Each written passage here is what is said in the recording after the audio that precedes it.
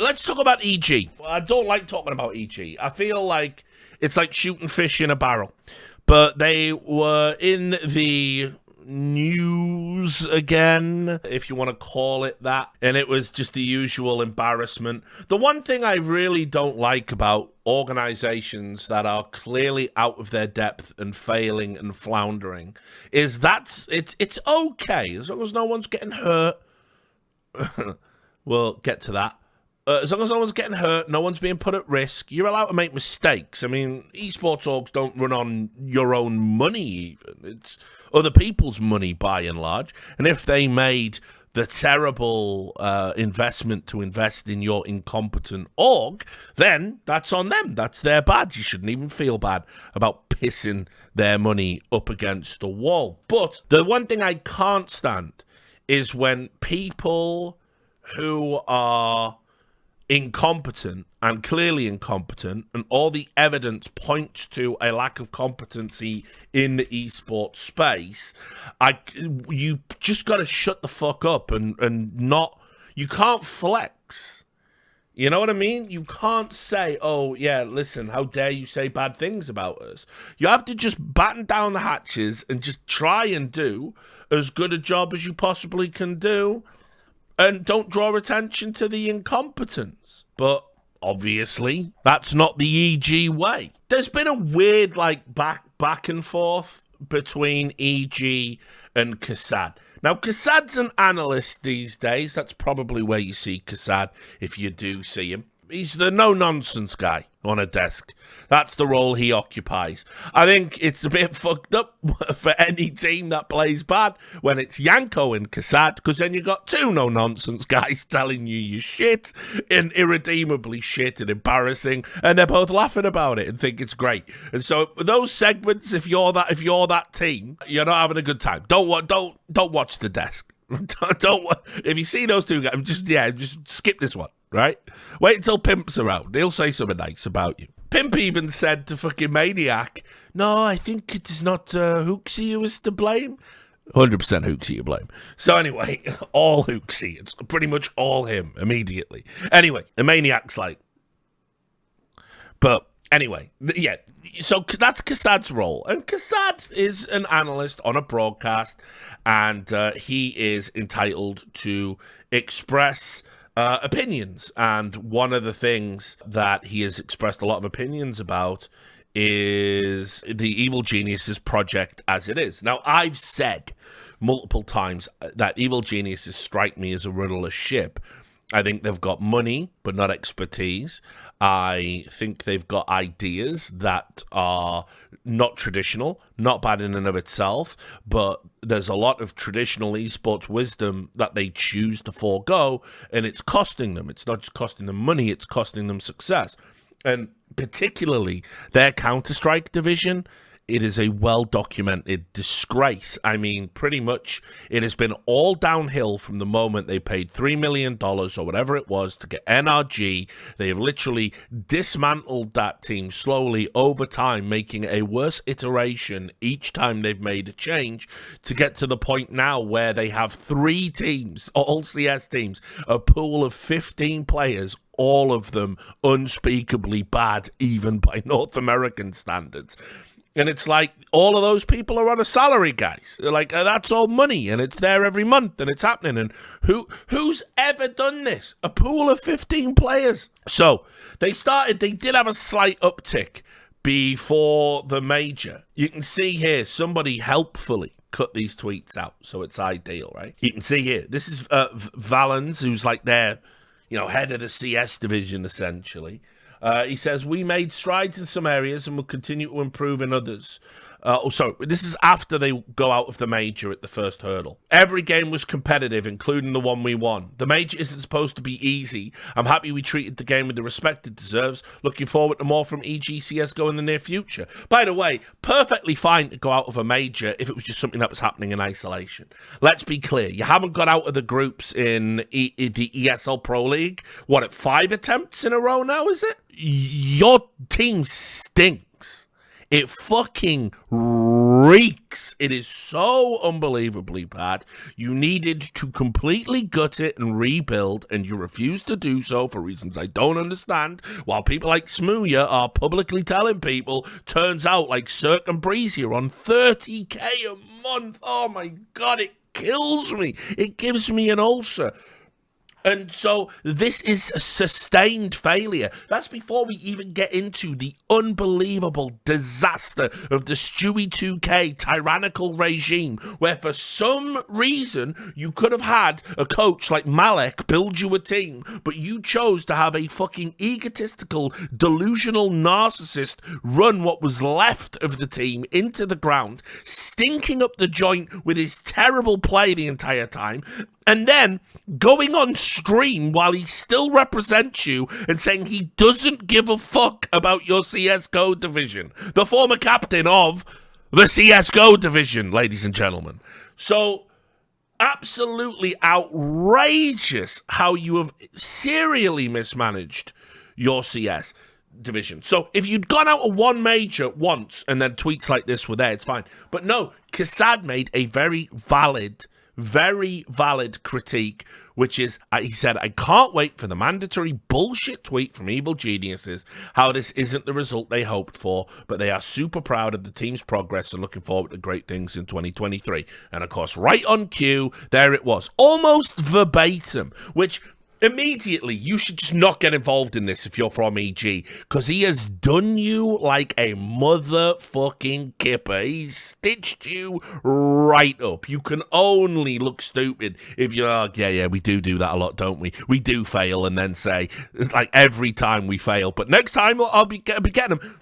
If you were a boxer, if Evil Geniuses CS division was a fucking boxer, they would be institutionalized. It would be like Frank fucking Bruno. No, mate, you can't go out anymore. No, mate, you can't have another fight. You keep getting battered, mate. You're not even a boxer. You're not even a boxer. Like, stop. Like, stop. It's like Holyfield coming out and going, well, you know, punch drunk as fuck. I've lost like fucking 20 fights in a row, but I'm feeling good about the next one. I had a good camp. No, you didn't, mate. You're getting banged out all the fucking time. It's sad. Stop. So they do that. They fail and then say, next time we'll get him. Next time we'll get him. Attaboy, we'll get him. We'll go get him, Tiger. And so just don't engage with it. But what happened was they have somebody at the organization called GamerDoc. And just in case you don't know who GamerDoc is somebody that comes from a medical background. I want to say orthopedic, but I could be wrong with that. But certainly, like, very well credentialed. I knew of her. She was floating around in esports for a few years, but she was someone that had like pretty bona fide, legit medical expertise. And then it was just like, you want to apply that in, you know, esports because you get to combine your passion with your expertise. That's a good thing. It's like me being a journalist. You know, I went and studied it and wrote about multiple things, but I focused on esports and brought my skill set to esports because there was a real low standard in esports and I wanted to help elevate that standard. So I get that, right? No criticism there. I'm not going to stay here and say, oh, you know, diversity higher, like some of the plebs on Twitter was saying. No, she's got bona fide credentials. Now, I'll also add, I'm incredibly suspicious of anyone who walks away from a career in medicine having attained everything you need to get a career in medicine to do, like, public-facing stuff. It's why I never vibed with that, what's he called, that fucking guy who has conversations with everyone all the time. Dr. K, that's him, yeah. I never vibed with that because it's like, you know, you read his credentials and you go, why ain't you doing that? That's objectively better. Right? And then you realize, oh, they can make more money, less work, less stress. They appear way more impressive in the esports space because we don't have that type of expertise. It was like, you know, a lot of esports lawyers that come in, they say they're esports lawyers, you know, I don't know if they are, right? Like, and again, that's not a dig at any of my esports lawyer pals like Bryce or Anna, even though, of course, you know, we do disagree from time to time. I'm talking about like second gen and third gen. Obviously, we had the great grifter in the sky, fucking Weldon Green, came in and fucking, you know, he was like, yeah, I'm a sports psychologist or psychiatrist, but you can't call me that. You have to call me this because that's what my degree says. And I've seen this phenomenon of people that come in, and I'm just always dubious about that because if you've got the bona fides, you know, Why don't you go and do that other thing? So there's always a bit of a weird, that's just me. That's just like a weird little internal bias that I have. I'm cognizant of it. I always give everyone a fair shake. But this is the root of it. A lot of people thought the Kassad thing like started recently. People don't know this is like, he's been mega critical of Evil Geniuses on broadcast repeatedly. By the way, absolutely well within his rights to do it. Absolutely well within his rights to, like, as an analyst of the game, to say EG are shit. In the same way that me, as an industry expert, I am telling you Evil Geniuses are doing everything wrong. Anything that they can do wrong, they've done, certainly in CS, and in pretty much every other division they've got, actually. And I get to say that, and it's relevant, and it matters. So, if I'm saying that, you can't really argue him. You're not gonna out argue the history and go, oh no, we've really done well. Because I'm just gonna point at the results page on Wikipedia and go, no, you haven't, and that's it. I've got the empirical evidence on my side. What you have to do is, it sucks to be criticised publicly. It sucks to be criticised when someone's got a really loud microphone and they're dusting you up on a broadcast or whatever. But all you can do is fucking go and work hard and get better. That's it. That's your option, unfortunately. So, this GamerDoc individual responded to this and did something I think is like egregiously unprofessional. And this is where she replied, saying, it seems that your overwhelming enthusiasm about our program has waned in only a few months, but I suppose people will say anything in interviews.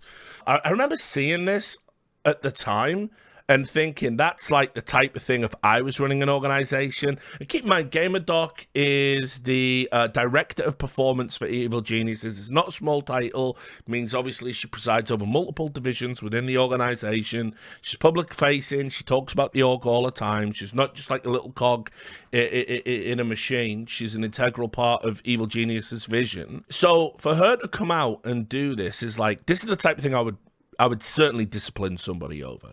And I'll tell you why. Because I think it is grotesquely irresponsible. Like, if I go for a job interview, the contents of that interview should be sacrosanct. Like, they shouldn't be talked about after the fact. People are going to say things in interviews that maybe they don't really believe. Or, you know, maybe they're going to aggrandize in a way that they wouldn't publicly. Or, you know, maybe you're going to have some difficult discussions. Maybe they're going to be candid about their current or former employers in a way they wouldn't want to say publicly. There's lots that happens in an interview. And also, I would just add, I don't know, like, let's say Kassad is having multiple interviews at once, and they don't know who he's been interviewed with, or who he's at, or he might say, I've got a, you know, I'm doing an interview with Evil Geniuses, or whatever, and they don't know if he's been rejected or not, and they shouldn't know. The other orgs he might be talking to, now they do. So now you've lost leverage. It can impact on your career negatively. It's just a real shitty, unprofessional thing to do. And you know, I never used the word unprofessional. It absolutely fits in this instance. But here's the other part, right? That fucking really boils my piss. If you read between the lines, she's also trying to impugn his credibility and reputation, which I don't like, because there's, you know, it's one thing to criticize a team. It's one thing to criticize an org's direction. That's faceless. If I say Evil Geniuses is shit, Evil Geniuses management is shit, I'm not pulling one individual out and saying it's all on this individual, blah, blah. But what she's trying to imply is that Kassad's a liar, that he can't be trusted. Bit much, isn't it? Over him saying that, you know, I can't wait for EG to release a tweet. That you then do go on and release. Right? Like, you literally did it exactly the way he said you would. Like, maybe look at that. Maybe review your process. So now she's saying, oh, he was super enthusiastic about wanting to join Evil Geniuses. Yeah, I'd love that job. I certainly couldn't do worse than whoever's in charge at the moment. You guys are at rock bottom, but you've clearly got money and you've clearly got patience. I'd absolutely love that job. Any coach would love a job like that. So yeah, obviously he was enthusiastic in the fucking interview, but then I suppose anyone will say anything, won't they? It's like, yeah, you don't need to be saying that publicly. So I really didn't like that, and I didn't like that she felt she had to try and do that over what is it's just objectively true. EG suck. So a bit weird, but then obviously it perked up again and it got strange. And the drama did make its way on Reddit. And I don't know why. Like, I would also say if I was Kassad, I would have just left this, because it's just like fucking dumb to get back, like to get into a back and forth. Like, one thing I will certainly say about this person is she's very much from that American academia world. You know, you can't, they've got their own ideas. You're not going to be able to, like, reason with them. They know best, and that's that. And so, it's like I always say, I just don't argue with them anymore. They're in the trenches of the culture war in their mind. They're American. They don't understand Europe. They don't understand the rest of the world. They profess to, but they don't. They apply very American ideas about things to, you know, to countries where it just doesn't pass. And it's embarrassing, frankly. And the rest of the world, we're all so cool. As a rule, the rest of the world just sort of says, "Oh, go on then, America, embarrass yourselves again," and we just sort of let them do it. Anyway, Kassad said another thing on Twitter, and it was unrelated. Blair said, "Super proud to see the ladies from HSG demolishing EG Gold." There's another team by EG competing in a you know, high status league. ESL Impact is obviously the upper echelons, the upper tier of women's Counter-Strike, and they've been absolutely smashed. They've been absolutely battered. Kassad comes in and says, "Another outstanding CSGO performance from EG. Their director of performance did another stellar job." Chris as well, who knows a thing or two. This is Gomez. Great guy, knows a thing or two about, you know, coaching and running teams and everything. Really cool guy, Chris. You can see here, he joins in and goes, "Alex, you need to chill. All the roles have been taken. They have 2 people running performance, a director of CSGO, and 3 head coaches." And they do. They have all of that, right? Think about that. Like, think about how many orgs have a staff that is that big. Like, it's ridiculous. And by the way, again, that is a valid criticism.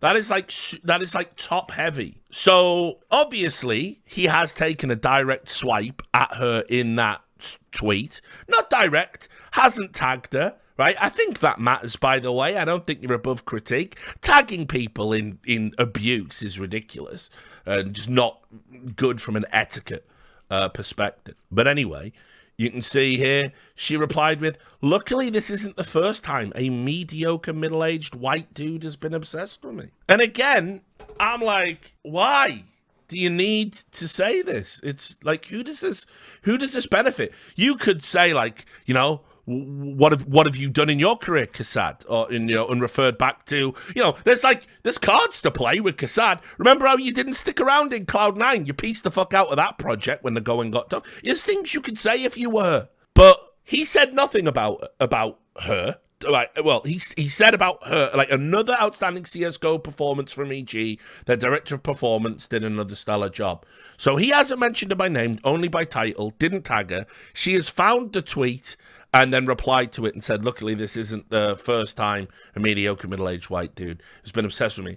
And this is what I mean about like about that kind of that weird, fucked up, broken part of the American psyche, which is like you're calling a Serbian guy white. Is it because when Americans talk about black and white, like Americans, like their views of like race is just like children. It's like it's so really reductive. It's like the way they reflexively use the term African American interchangeably with black, so they just erase Caribbean people, for instance. Also, Africa, this giant continent where one country can have 100 different ethnic tribes with 100 different languages. Africa. It's Africa. And it's just like one of the great clips from the World Cup really illustrates this point. Somebody was interviewing the Ghanaians. It was from the African Cup of Nations. And they interviewed the Ghanaians and they said, right, so here's your 2 choices. Ghana, you get to the semi-finals of the cup, but Nigeria win it, or both you and Nigeria go out in the groups. And the Ghanaians started laughing and said, "Yeah, we both out in the groups, please." Why? Because there's a lot of hostility some of it friendly, some of it not friendly, towards Nigerians from other African nations, right? And so you can't just say Africa, you know? But here's the thing. I also understand, because of the diaspora and, you know, the history with the slave trade, I also understand how some people in America are completely disconnected from their roots. It's a big thing. I totally get that, right? So, you know, maybe African-American, you use that because you can't insert specifically which part of Africa you're from. So I totally get that. But here's the thing. When you start saying you're a white guy to a fucking Serbian, what the, dude, by what? But like, this is the thing that pisses me off every time this comes up. They say you're white, and it's like, okay, a white, right, a light-skinned Spaniard, a white Frenchman, a white German, and a white Serbian. These people are so ethnically diverse. If you were to put them, the idea they're all the same because of this is it's so reductive and stupid and offensive. It's like Americans don't realize it's different. We're not the kind of homogenous, like, you know, mixed up white European colonizers that came over there. Like, in Europe, it's different. So I've never understood this fascination and persistence of bringing white as a pejorative to the table by white Americans, especially when you apply it to people. Like, what am I supposed to believe? Kassad has never been the victim. He's a Serbian man. What, he's never been racially abused by other Balkan nations? Because the implication in American language now, American academia, is whiteness isn't about this. It's about the, you know, it's about you are in a position of power and privilege and therefore can't be racially abused, right? Like, that's what they say. It doesn't even matter, you know, whiteness is a concept. So it's like, just look at the history. Like, just pick up a book. Look at the history of that region, and then tell me if you feel very comfortable using the American definition of white and whiteness to talk about, you know, Serbian people, Bosnian people, Albanian people. You know, the Balkan region is like so fractious, and there's so much really sad history there, and lots of grievances that are centuries old. Like, I just don't think Americans should be wading into that. Like, frankly, that's my opinion. But anyway, and yeah, obviously as well, maybe not Serbia, eh? America, yeah. Maybe not that one specific country you drop bombs on. Just a thought. So anyway, that was just really, really weird and just out of place. And I don't know. It made it onto Reddit, and people were saying it's racist and stuff like this. I wouldn't go that far as to say it's racist. I just think it was sort of a needless commentary about, like, an immutable trait that isn't even being accurately portrayed in the language you've used. But anyway, why bring all this up? Well, look, okay, it's the word mediocre we're going to analyze here, because, listen, I think she's got exceptional credentials. I really, really do.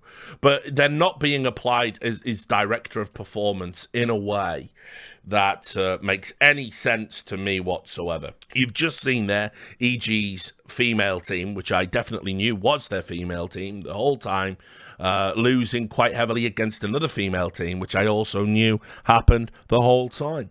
That'll look really good in the YouTube video. They'll be like, why has he said it like that? But let's look. I've already talked about all of their CS rosters, but like, let's just also look at like their Dota team. I don't know, guys, like 9th to 12th at Arlington, 9th to 12th at TI, cut the whole fucking team. Don't know if that's the one, right? Well, they were early uptakers in Valorant, right? So surely they've done something over there in Valorant. Let's have a look. This is their main team. Well, that doesn't look all that great at all, actually. That doesn't look good. Right? There's a lot of blue there. The color of doom. Well, what else have they got? They've got a Rocket League team, right? Like, they've got a Rocket League team. Maybe they're the ones that are performing, right? So these are all the A-tier tournaments. 7th to 8th at the Winter Split. Okay. Well, they've got a League of Legends team. Okay. Now that, trust me, I've done this quite purposefully as a segue. They've got a League of Legends team. And the League of Legends team is good, okay? The League of Legends team is punching well above its weight. So here we go. Let's have a look here. Let's get some gold. Now, if you know how the League of Legends splits are structured, then you know, obviously, you don't play a lot. Here they are, right? 2022, 2021. Look at this. Second there in that LCS lock-in. Oh, they lost to Liquid. They got 3-0. Bloody hell. Bloody hell, they won it. They beat 100 Thieves. Fuck me. They did it. And you know what? This mid-season invitational, runners up there. That's good. Wait, oh my me. They're third in the next split here. And then boom, 11th to 14th at Worlds. And what's interesting is, just before this happened, they had a good AD carry player, right, called Danny. He pulled out with stress. Yeah, not to be confused with Danny from Rate My Takeaway, who I don't think would be a very good League of Legends player, because he wouldn't be able to call anything, would he?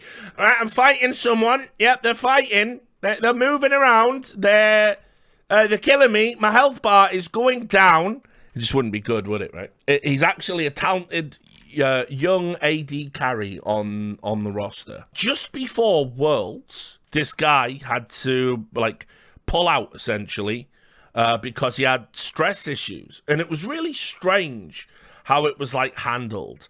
And then Danny goes inactive. That happened, and that kind of came out of left field. He's a young kid. He's only 18. He's called Kyle. He got a lot of scrutiny about it because people were bigging him up as. I'll bring up his Wikipedia page while I'm talking about him. Super talented kid. Everyone was raving about him coming up. They said he was going to be super good. He started out really, really strong, and then he's had some key problems that just seem to have affected his form a little bit. He still looked a bit despondent. His body language wasn't great. And anyway, before Worlds, he moved himself inactive. Nobody really knows the ins and outs of it. But loads of people were saying, look, if EG is great at managing talent, what the fuck's gone on here? Was he bigged up too quickly? Did the community really overestimate him? What's going on with the coaches? When's he coming back? And it was clarified that, no, he's just inactive. We're not cutting him off the roster. They did this whole thing about it. It was a whole drama over in League, and I still keep my eye on League from time to time. But then on top of that, they had Peter Dunn, who was the head of the coaching staff. He bailed. They had some other people leave. They brought in Kelsey, who I really like. Kelsey Moser is now the new head of coaching staff, and will be working with his team. I'm probably going to get her on the podcast at some point and talk about these things. I also did want to get the CEO of Evil Geniuses on the podcast. I've extended an invite. I think she'd be a really interesting person to talk to. So we'll hopefully that does still happen one day. But anyway, there's been a drama now where it's just taken on a really weird turn. If you're the fucking director of performance, if you're criticizing people for criticizing you and saying they're mediocre, shit like this can't happen. It cannot be allowed to happen. The optics of it are terrible. It makes your organization look incompetent. So this is a story that was run in the Daily Dot today. There was some allegations came out. I'll start with the allegations down here. The bottom line is, Cadril was on a stream and somebody had leaked messages supposedly from the player's Danny's sister, and she'd been saying that there was issues within Evil Geniuses, and he read the message on stream and it caused a whole fucking brouhaha. I'll play it and just listen. EG isn't all love and family as they make it out to seem. Our mum is actually talking with someone from the player association, but I don't think anything will happen since Danny doesn't want to make a big deal out of anything. He just wants to keep things quiet. It's a big sign for Impact to not re-sign with EG. Things are really bad there. A lot of people have the wrong narrative, but at this point it's too late to change it. EG has been keeping everyone quiet. For example, Danny had a laning coach and the coach got fired for standing up for Danny and going to player association for him. That's how fucked EG is. Yeah, we tell him all the time that he has many fans and we still love watching him and playing Swarm, but the damage has already been done by EG, and if anything he'll try and stream on Twitch, see what he would like to in the meantime while he gets healthy. On Twitch, Cedral. Take care, brother. There was this implication there that basically something's gone on with the player. They're not really looking after his interests. They're not letting him go with the teams. And he's kind of in limbo, is the summary of that. Cadril did really fast because he's good at doing stuff like that. And so I'll just give you the summary here.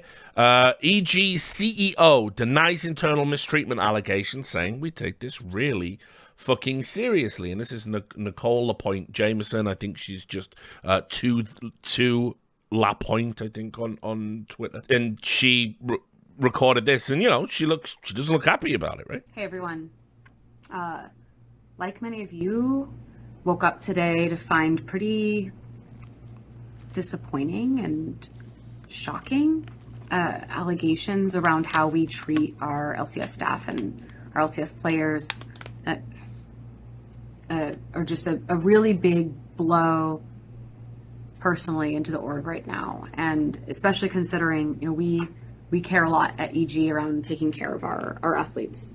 And it's a shitty situation to be in because between HIPAA and legal employment constraints, I can't say much. I can't give the transparency and the factual statements that people are hoping for. But what I can say pretty firmly is the allegations that are being made are untrue. It's completely unfounded. And this is a rough blow, especially considering I personally probably spend more time with our players and our players' parents and families than I even do my own. And so it's a shock and surprise to get the feedback in this medium this way. And so, I just want to reiterate,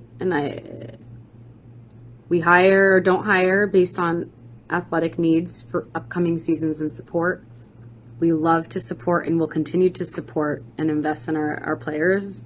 Doesn't always mean we get it right. Actually, since the start of November, I brought on third-party counsel to help investigate our LCS operation and see, first of all, if there were issues that we needed to address more formally, but also get best practices on how to better support our individuals. We take this really fucking seriously. And so I'm responding emotionally because this emotionally hurts everyone involved. So I continue to ask for, respect for our players, their families, and all involved parties. And I really appreciate everyone taking the time to listen.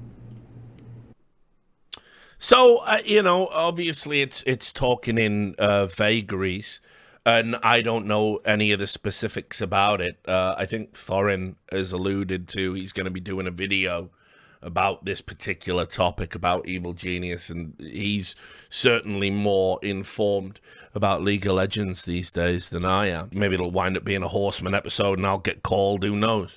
But the long and the short of it is, there seems to be this intimation from people around the player that he doesn't feel that he's been adequately supported. And I don't know if that's just the reality of he's a young, shy dude. You could always tell he was shy whenever he was, interviewed, or again, just general demeanor. Whether this is a young, shy guy realizing the spotlight of esports is almost like nothing else, because you're not wealthy enough to just hide on a private island, but you get all of the social media attention you would if you were a mainstream athlete. And you're also having all that scrutiny at a time where you're incredibly young and just in a space where there's not a lot of mentors and not a lot of people willing to look out for you. That's just, it's brutal. I've seen so many young careers just blown up and destroyed and burnt out. I've seen so many people left with irreparable, problems and anxiety because of what happened the first time, somebody found a tweet from 4 years ago or whatever it is. It's just really hard. It is really hard being a young esports star. It is really hard being in the spotlight to the degree playing in LCS will bring, where everyone is watching you, hundreds of thousands of people are scrutinizing everything you do. And so maybe it's a reaction to that. Not everybody copes with it well. Not everybody likes it. It certainly melts people's minds to all the things you have to be thinking about. But equally as well, what that DM specifically said was that the player's mother had gone to the LCS Players Association to lodge a complaint. And obviously, he's only 18. He'd still be with his family. The player is trying to discourage his own parent from lodging a complaint. Again, if these messages are to be taken at face value. And yeah, it looks like this is not great, whichever way you slice it. Because I think there's an argument to be made. If you are truly supporting a player, I think 99 times out of 100, they will recognize that you are trying to support. Even if that support doesn't lead to a tangible result at the end or a positive thing at the end, I think, at least they know, yeah, you had my back, right? You were trying. So you've got that. But No. If a player feels that you're not, then maybe you're not, or maybe you weren't doing it in the right way. And I understand it. It must be awful to have, like, especially vague intimations and the words player mistreatment being used about your organization. But at the end of the day, I think the problem Evil Geniuses has, most of all, is these things are happening in the cracks. And they're happening in the cracks because it is a bloated organization. It has got so many players, so many middle managers, so many directors of things, which, I don't know, what even is a director of performance? Like, and who do you work with, and what do you do? And where is the tangible measurement of your, key performance indicators and all that stuff? It's an organization where you've got too many teams and too many staff, and you're trying too hard to be a sports organization with not enough people being able to measure who's doing what. And that's EG in a nutshell from what I've seen. So it wouldn't surprise me if the player felt that he hadn't been well looked after or taken care of. And certainly the way the way it came about, that he went from being comfortable to winning. By the way, if you go look at the footage as well, when they win LCS, he is not having a good time there, like, by the looks of it. I mean, if body language, again, can be an indicator, obviously, it can only so much. So these things, like, why would you keep sticking your head up? Why would you keep popping up and going, nope, we're great. You're an idiot. Everyone who criticizes us is wrong. You're just mediocre. Like, guys, I don't know, like, I don't know if mediocre is a word you want to be throwing around right now. And then, just to top it all off, I mean, you bring in all of these Counter-Strike players, right? Surely the purpose of bringing in all these Counter-Strike players on their teams, right, is that you, at the end of the day, is so, like, you can meet all your commitments, you can develop talent, you can do all of this stuff. Like, check this out for a fucking headline on dust2.us, right? Like, this is mental. EG players finally play across all squads. Since the inception of the Evil Geniuses Blueprint project, no EG white player had played for another EG squad until last night. So they weren't even doing the thing that they said they specifically brought all the players in to do. They weren't even experimenting or swapping them around or doing anything. They just didn't do any of it. So why are you giving these two other teams a salary? You've been doing this for months. And then, just in extra comical fashion, right, okay, guys, the blueprint can begin now. The blueprint can begin now, and we're swapping the players around, and everybody's doing experimenting, and we're developing the talent now, and cut some players. So, just 2 months after winning Fragadelphia 17, they cut a core piece of the squad. DJ, released from my contract with EG. It was a valuable learning experience. I'll bet. And I've got nothing but good things to say about EG. I bet as well, yeah. Love it. Love a good check steal. Wish all the best to the PA boys. We had a long run, but that's party astronauts. But unfortunately, all good things come to an end. Exploring my options to see what's next for me. And he's already on another team. Done. Gone. So I just don't know what you're doing with, with this org right now. And you're saying, like, yeah, well, we've got a director. Like, where's the accountability? Like, that's the thing, I guess, that would piss anybody off. It seems to me like that if you're paying a director of performance a salary, there would have to be some sort of performance. Like, I'll end the EG segment just by showing you the gnarly reality of their CS team. Look at this. They're finishing 4th in qualifiers, for fuck's sake. And it's not just like I said, look how far back this goes. You have to get back to, like, do you remember 2020, guys? Do you remember when we were all locked indoors playing online in the middle of a pandemic? Those were the good days for EG. They like to combat COVID. They're fucking, that's how bad it is. Look at it since, for fuck's sake. It's actually insane. Like, holy shit. How is it real? That is mediocrity in a nutshell, isn't it? So I don't know, like, I don't like wading into the fucking drama of it all. Like, I'm getting old now, you know. You can see the beard's getting grey and curlier and stupid, and, you know, I'm just... It is pathetic to argue on Twitter and to argue about these things. But I just don't know, like, you got to do something, EG. Like, this is like...